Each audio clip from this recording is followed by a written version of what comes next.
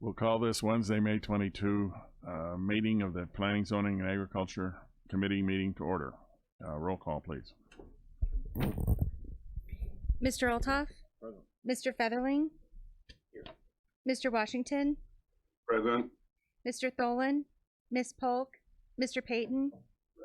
Ms. Peters? Ms. Dunbar? Mr. Kinzinger? Mr. Fairfield? Mr. Smith? Mr. Swanson? Mr. Dennell? Mr. Wheeler? We have a quorum. Thank you. We have the minutes of the April 17, 2019 meeting to approve. Is there a motion to approve?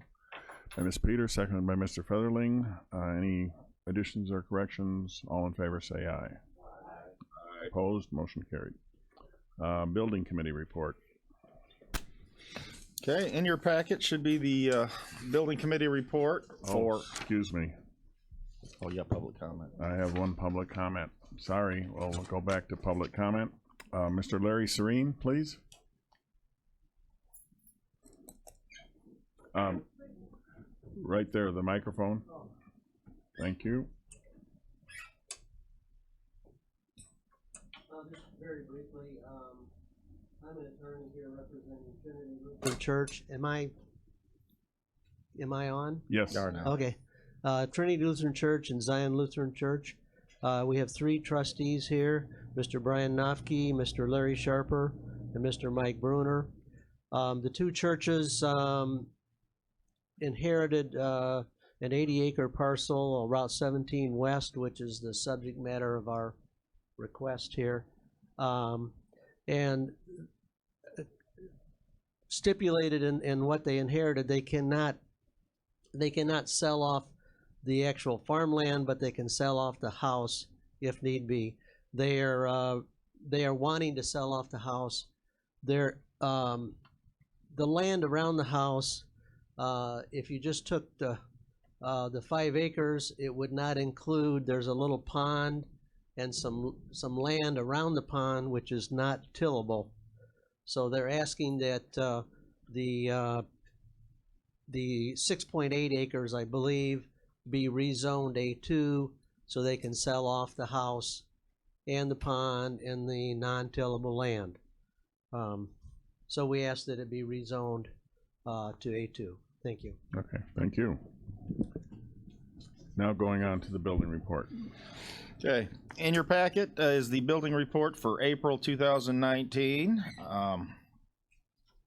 We issued 98 total permits for a valuation of $3.4 million and collected fees, including for total fees of $33,565. During that time, we issued 6 permits for new homes. That's up a little bit. And comparative to last year for the month of April, our total fees last year were $29,725. So we are up a few $1,000s from last year. Any questions?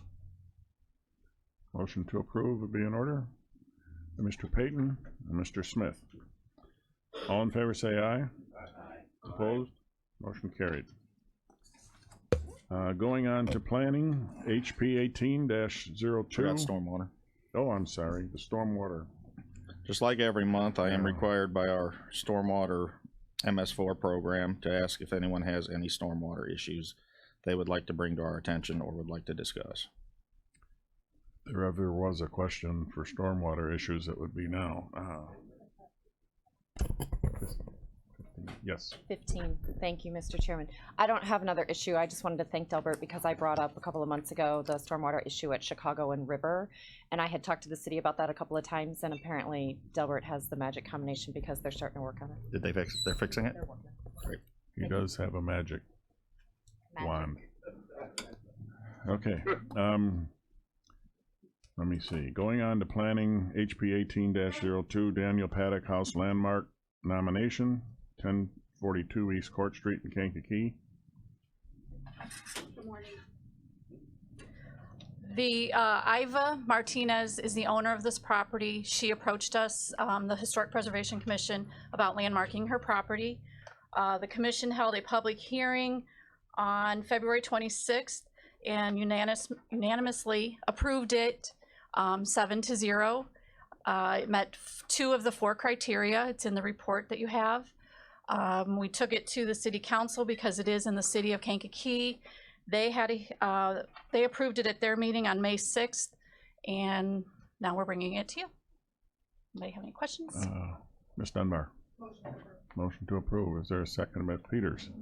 Any discussion? All in favor say aye. Opposed? Thank you. Motion carried. Thank you.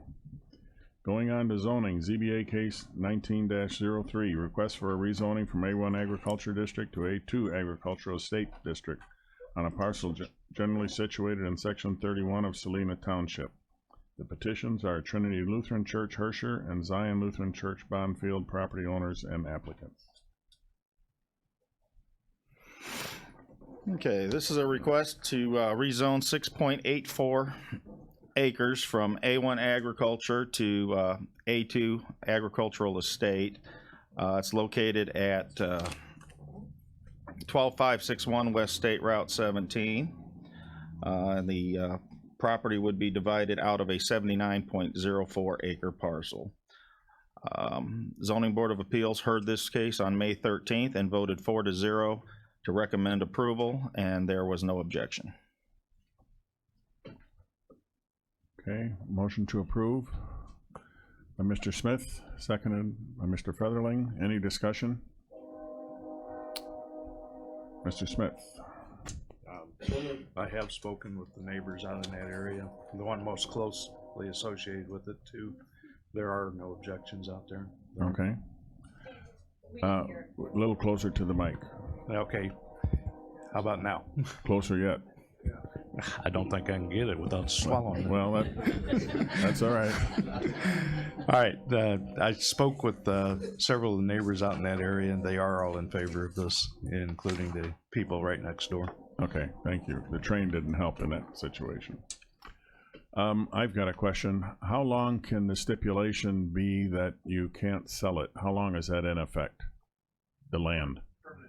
Permanently? Can you do that? The farmland. Yeah, the farmland. I always thought there was a limit. Ms. Dunbar. Thank you, Mr. Chairman. If they put it in the deed, it runs with the deed, so it runs with the land. The stipulation. I know. Yeah, it's a deed restriction. We have no control over deed restrictions. If you own the property, you can put just about any restriction you want on it. If I can clarify, if either one of us tries to sell a portion, it goes to Valparaiso University. Okay. So, Okay. He's getting in the microphone. You want to go to the microphone and say that explains that there is a limit, and that it's not in perpetuity. I didn't. You could state your name too. it's Mike Bruner, Trinity Lutheran Church. And in her Will. estate will, it just says neither church can sell any of the land. It would go to the other church if they tried. And if both churches tried to sell it, it ended up going to Valparaiso University, which got a lot of her financial assets. Okay. Thank you very much. Mr. Wheeler.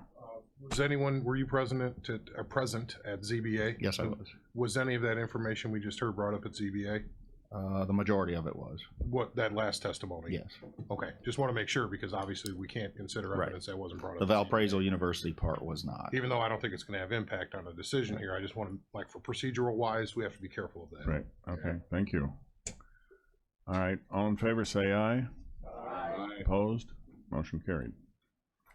Going on to the appointment of Jason J. O'Connor to the Zoning Board of Appeals. Is there a motion? By Mr. Swanson, seconded by Mr. Fairfield. Any discussion?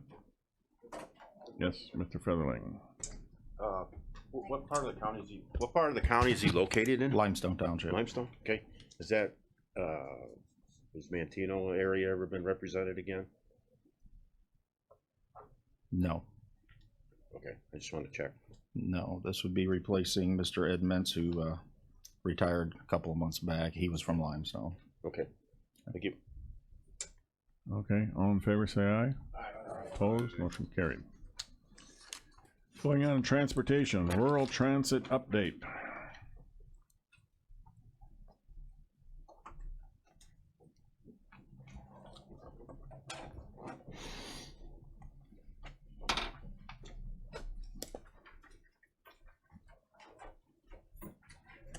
Good morning. Good morning. I have a quarterly update for you for third quarter of this fiscal year. We had a total number of trips of 12,153, and that's actually a 42% increase over last year's third quarter, so that's significantly higher. Most of that's on our demand response service, which had 7,453 rides, and the main reasons for the increase is Showbus has a new service contract with a social service agency, so that's created quite a bit of increase in ridership. And then also the managed care organization trips, Medicaid-based type trips that are being provided. And then the Moments commuter route was at 4,700, which has remained steady for the last several months. So overall, trips this year is 33,884. So we're actually just a few thousand short of what we had for all of last year's total fiscal year. So we'll be quite above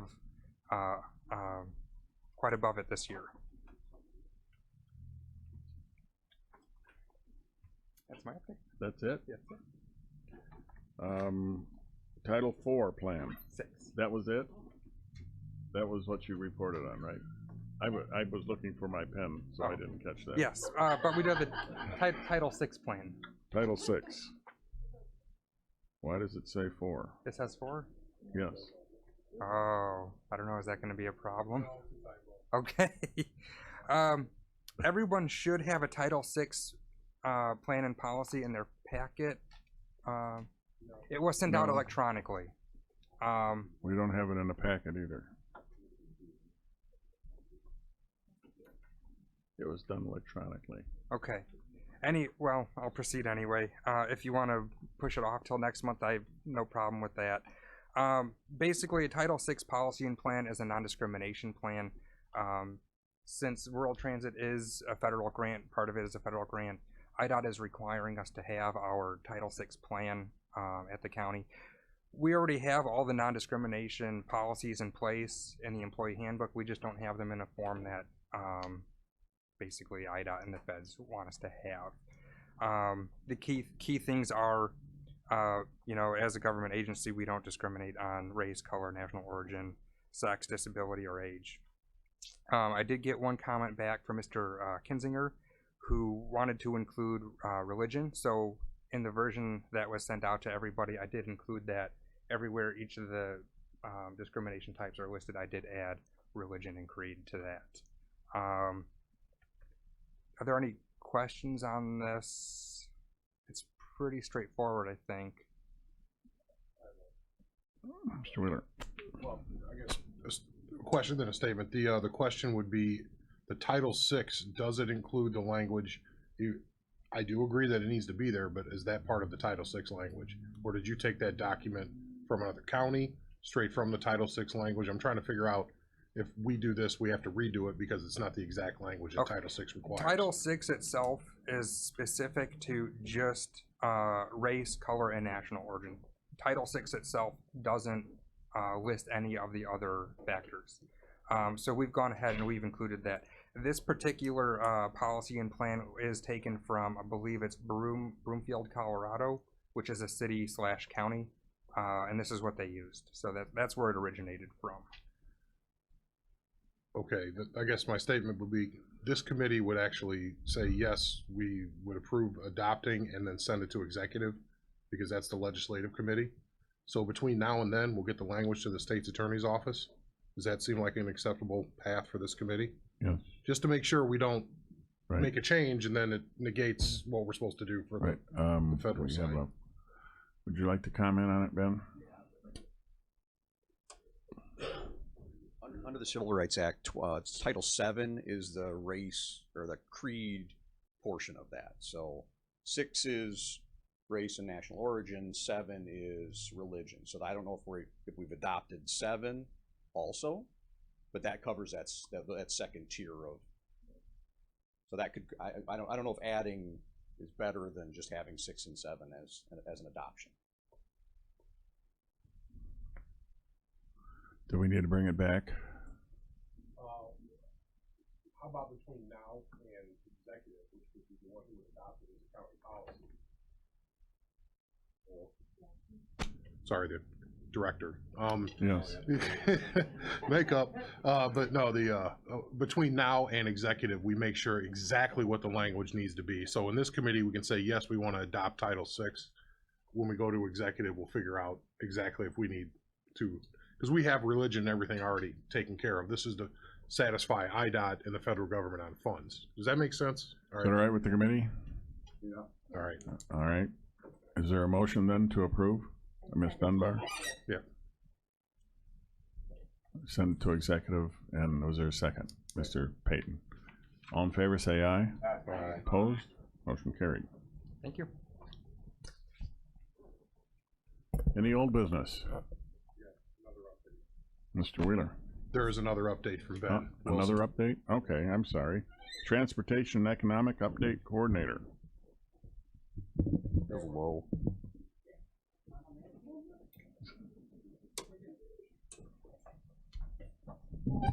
All right, this is a relatively easy one. So I think the goal going forward for me will be trying to figure out what committee is most appropriate, whether it be PZA or executive, and we might actually end up sending the staff memo out to the entire county board just so everybody's abreast of what's happening. I don't know exactly what the timing is going to look like, and obviously our office is available for any questions we have. There is a little bit of a sticky wicket in economic development to where there's projects we're working on. I allude to an enterprise zone thing we just did last night. I'm not telling you who the company is until we're releasing. There's things along, so there's going to be some vagary in it, and that's just part of this process. But we'll be talking a little bit about transportation on the updates. Obviously, CSL is a big project. Having continued updates, the board's authorizing the execution of permitting and things like that. But just any tidbits we have for you, and then funding availability. So we're out looking for funding, working with several communities right now to secure federal funds for projects they have going on supporting economic development. It's a little different in the county, as we don't. Outside of CSL and Nucor, we don't typically have large expansions going that aren't directly supported by a second party, being the municipality. So I'll just keep you abreast of what I'm working on those, because they still do benefit the county, even though they might fall within a corporate jurisdiction. Is the intersection light and on Route 50 at CSL, is that going well? Yeah, it's progressing the way we expect it to be. And we're shooting for a June 1st target date, and that's kind of exactly what we're looking at right now. Obviously, there's a lot of moving pieces with having a new intersection design. Full packet went to IDOT for review Monday morning, or mid-Monday. So they have the full packet for review. They're going to get that done as quickly as they can, and then issue the permit, which the board has authorized Chairman Wheeler to execute when that comes through for us. We have a secondary agreement with CSL as it relates to the pass-through costs. There's a minor electrical cost and things like that associated with the intersection. We have an agreement with them for maintenance that they're reviewing at their legal team. We will not be issuing a permit to them until our agreement is satisfied, and that's going to be held up by Chairman Wheeler. So. Great. One other question that I don't know if you would know. The North Street overpass, is there a date set for opening? It's supposed to be in June? I have not been given a date, no. Okay. Have you, Mr. Wheeler? No, not yet. Have you heard anything else? Other than in June. Okay. Thank you. And just so you know, we also have, every Friday, we have conference calls with CSL, IDOT, the county team, Mark Rogers, and ourselves here. So, and the engineers that are working on that interchange. So, believe me, it's every week we're talking about updates. What do you need? What are you missing? So it's not like the state is not engaged at the highest levels, because they are. Okay. So great. Any updates on North Street and St. George? Interested resident in the no. Well, if you've been trying to go east and west in that area, you're all on. It's a mess. I don't have any updates, but that might be a Mark Rogers question. I can probably maybe shoot him a phone. St. George is just getting started. Just getting started. At the overpass? Yes. Yeah, it's just getting started. So you probably got about a year on that one. Oh, wow. Okay. If it pleases the chair, we could, I mean, we have the ear of IDOT on these calls. We try and keep it very specific, but at the end of the call, I don't mind asking if there's an update from local roads on That'd be that. great, because Armor Road is packed because of that. And when CSL lets out, I mean, it goes over the railroad back, so it's a concern. Okay, thank you very much. Any old business? Anything old business, Mr. Washington? Thank you, sir, but no. Okay. Any new business? Motion to adjourn to be in order. Mr. Washington? So move. So move. Ms. Peters? And Ms. Dunbar? Yes. All in favor say aye. Opposed? Motion carried. Boy, you can get in